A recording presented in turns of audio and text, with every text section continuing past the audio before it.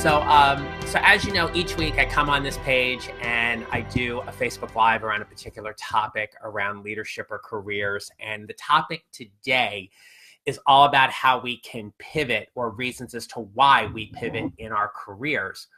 So just to kind of go back a little bit, if you are in my email community, you get an email from me every Monday, Wednesday, and Friday at 8 a.m.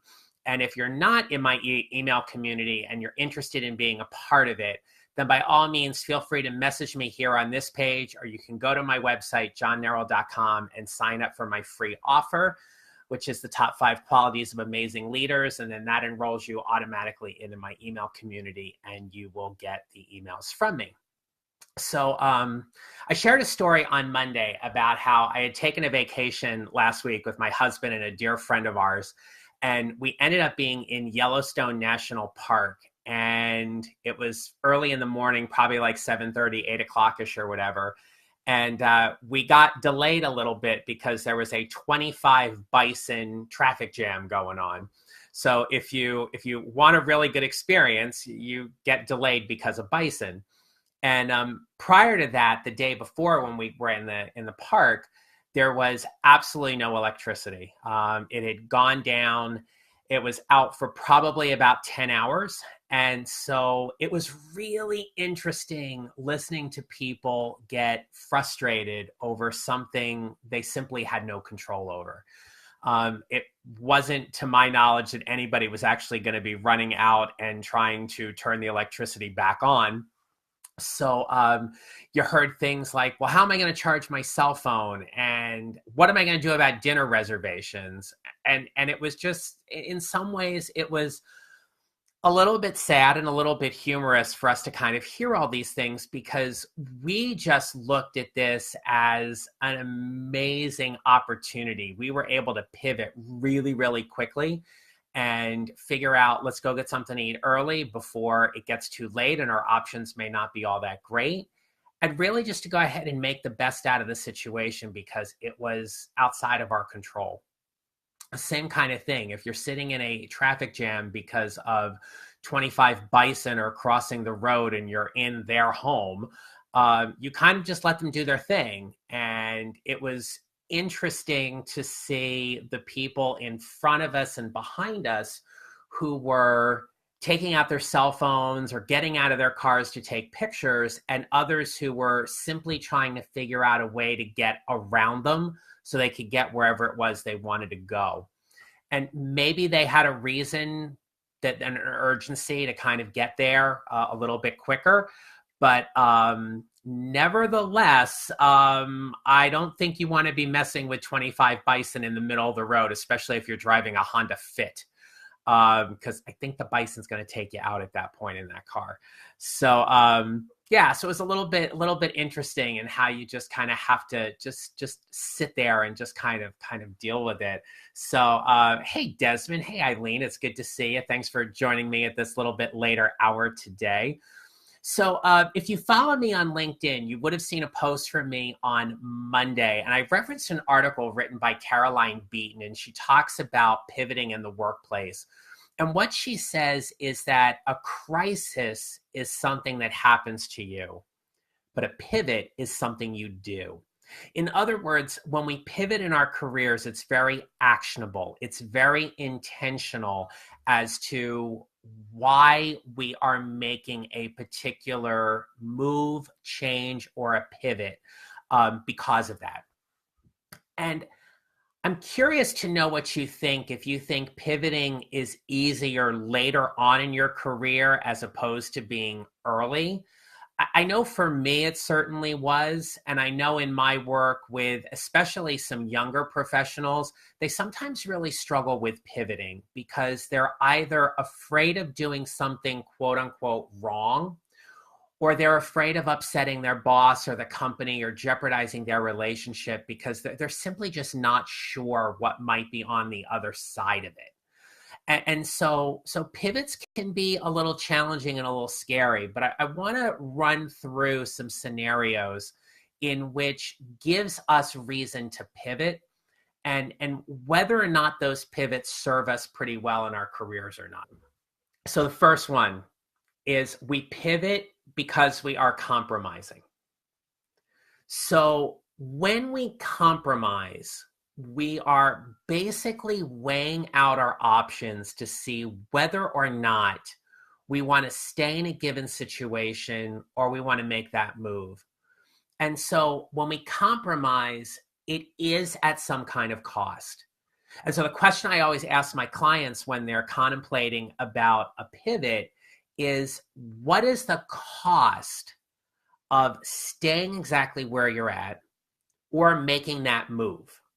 And if you make that move, again, it's at what cost? And then ultimately, it's about having them be comfortable with the decision that they're making, so they're able to be comfortable with it.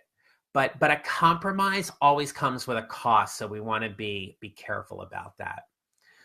Another reason for pivoting is that when people think about their purpose, their purpose in life, their purpose in the workplace, their purpose in the jobs that they're doing, they may come to find out that their purpose is not what they had expected. And so by that, I mean, they end up in a job, a company, a situation where they end up doing something they never really felt like that was going to be in their career path, but they end up loving it and they end up enjoying it so much. So being open to the pivot allows them to experience certain things that they may not have been able to do otherwise. So in that case, it may be an opportunity to redefine their purpose in a way that really taps into more of their who and their why it is that they do what they do, and ultimately the why about how they're serving and why they enjoy it. Another reason why people pivot is all based on inspiration or motivation. It's simply like that inspiration is insufficient.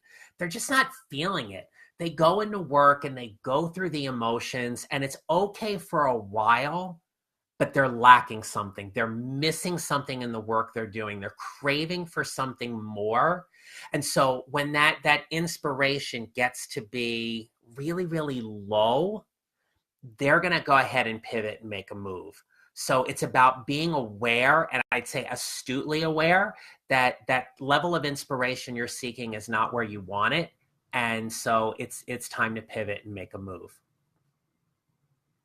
A lack of connection. If you've been following me for a while, you know that I talk about connection.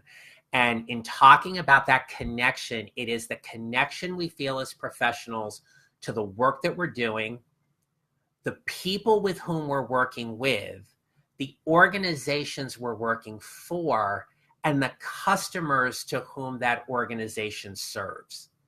And so if you're not feeling that kind of connection in any way, shape, or form, then that may be giving you reason to pivot. It's that inner voice inside of you that starts saying, I'm just not feeling it. And you may not be able to identify it at first, but something kind of bubbles up, and then you realize maybe there's a move that's coming up. So, hey, Erin and Rich, thank you both for joining. Good to see you both. Another reason why people pivot is all about location. And location can mean based on how much you're commuting to work. It may mean an opportunity to relocate and work in a different city, or maybe even a different country than where you're currently working. And also reasons why people pivot are based on salary. So when it comes to compensation, when people feel like they're not making the kind of money that they desire, they will pivot. If they feel that their compensation is reflective of an underappreciation for them in the workplace, they will pivot.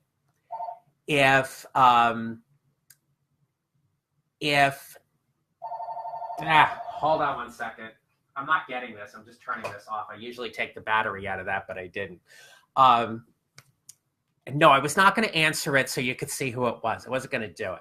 All right.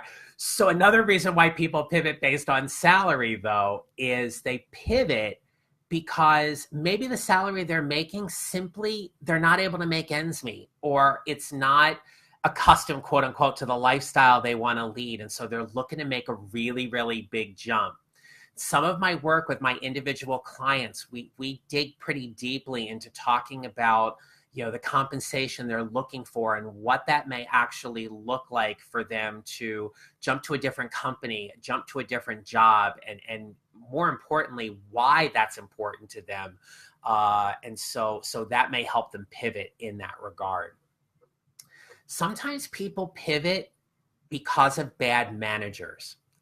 One of the best quotes I've heard, and I believe it, is that people don't leave bad companies, they leave bad managers. And so people leave bad managers because they're not getting the support and the professional development that they actually need. And so because of that, it's either really identifying whether that situation with that manager is able to be rectified or improved or enhanced in some way.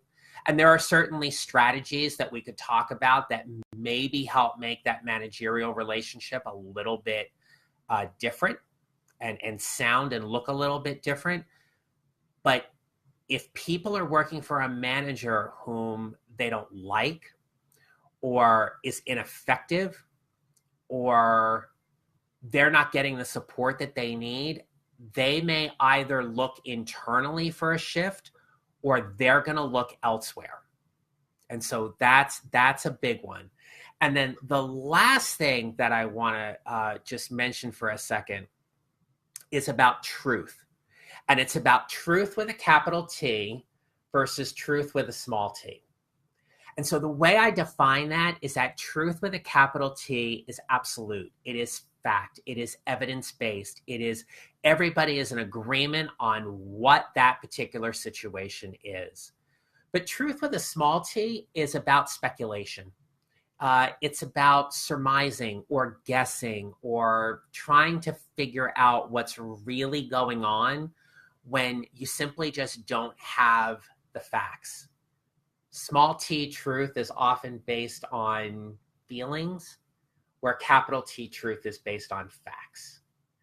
And so when we speculate, when we're fearful, when we're dealing with anxiety in the workplace, fear is something we need to acknowledge.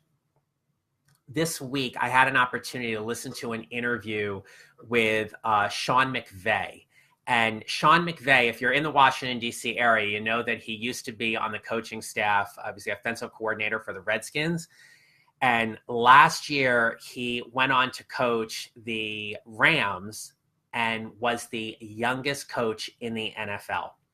And I love his story. I love his methodology and his reflection on how to build teams and how to build cohesion and have the necessary conversations that need to be. And so what he said in this interview was fear is false evidence appearing real. And if you've heard that before, I've never heard that before. And that just kind of really launched out to me. And so false evidence appearing real, being that fear is something with which can really do some damage to us, right? So when I'm working with clients one-on-one and they're talking about a pivot, I will often ask them how they know those things are true. And when I start to hear things like, well, I think, or I'm not really sure, but that makes me get really curious because I want to know a little more about what's going on there. And so fear can often inhibit us from making a pivot. And so we want to be really aware of that and careful of that. Because when we know what we're dealing with, that then allows us to decide how we want to step. So, for example, I had a conversation with my boss one time about promotion. And I had to go in and basically say, what is the likelihood of me getting promoted in this company? And we had a very honest conversation, because what she said to me was, it's not going to happen. And yeah, it hurt, and I was bummed, and I was frustrated for a while, but ultimately that conversation was a gift. And it was a gift because it allowed me to figure out what those next steps were. If the promotion's important, and it was to me at the time, it didn't happen. So if I knew it wasn't going to happen, then the onus is on me, because I'm 100% responsible for my career path. And so that means I pivot. And so maybe you're thinking along the same lines that, what is it that you know to be absolutely true? And what is it that you think is true, but you're not absolutely certain about? Something to consider, right? And then the last thing that I wanted to share with you is this really interesting relationship between victim and opportunist, okay? So I want you to think about your self-talk and how you put a lens on about certain situations. A victim, in a victim mentality, what we're saying is that I can never win. I can't do anything right. I can't win. Everything I do is wrong. Nobody likes me. Nobody likes my work. Whatever those things are, whether or not those are true or not, the lens or the thought process is that I simply can't win. When we live in victim mode, and all of us do it at some point or another, how long we stay in that mode is entirely up to us, but we all sit in that mode at some point, or at least become aware of it. We get filled with anger. We get filled with guilt, with self-pity, with apathy, that lack of enthusiasm or engagement in things. And we get lethargic. Lethargic meaning we're hesitant or reluctant to take action. And so think about those times in your career where you may have experienced some kind of apathy or lethargy or some self-doubt, or maybe even a little bit of self-pity, and just take a moment and think about that situation. Okay? So now the flip side of it is, so if this is victim, all right, so opportunist. The opportunist is looking for that next step. And opportunists demonstrate a sense of calmness, self-assuredness, a resolve or tenacity that there is an opportunity in the situation that they've been given. Acceptance is a big part for opportunists, because they accept the situation for what it is, and they accept it without judgment. Okay? And so accepting it without judgment means they're able to look at that whole situation very clearly, and that allows them to decide how they're going to go ahead and step forward. And lastly, for the opportunist, it's also about reconciliation. And in that reconciliation, it's where they understand what it is they want to do because it aligns with their core values. They step forward based on their core values. And so knowing that absolutely allows them to make the decision that is what they want to do, and how that ultimately lives in their heart, in their head, in their core for how they want to go ahead and step forward.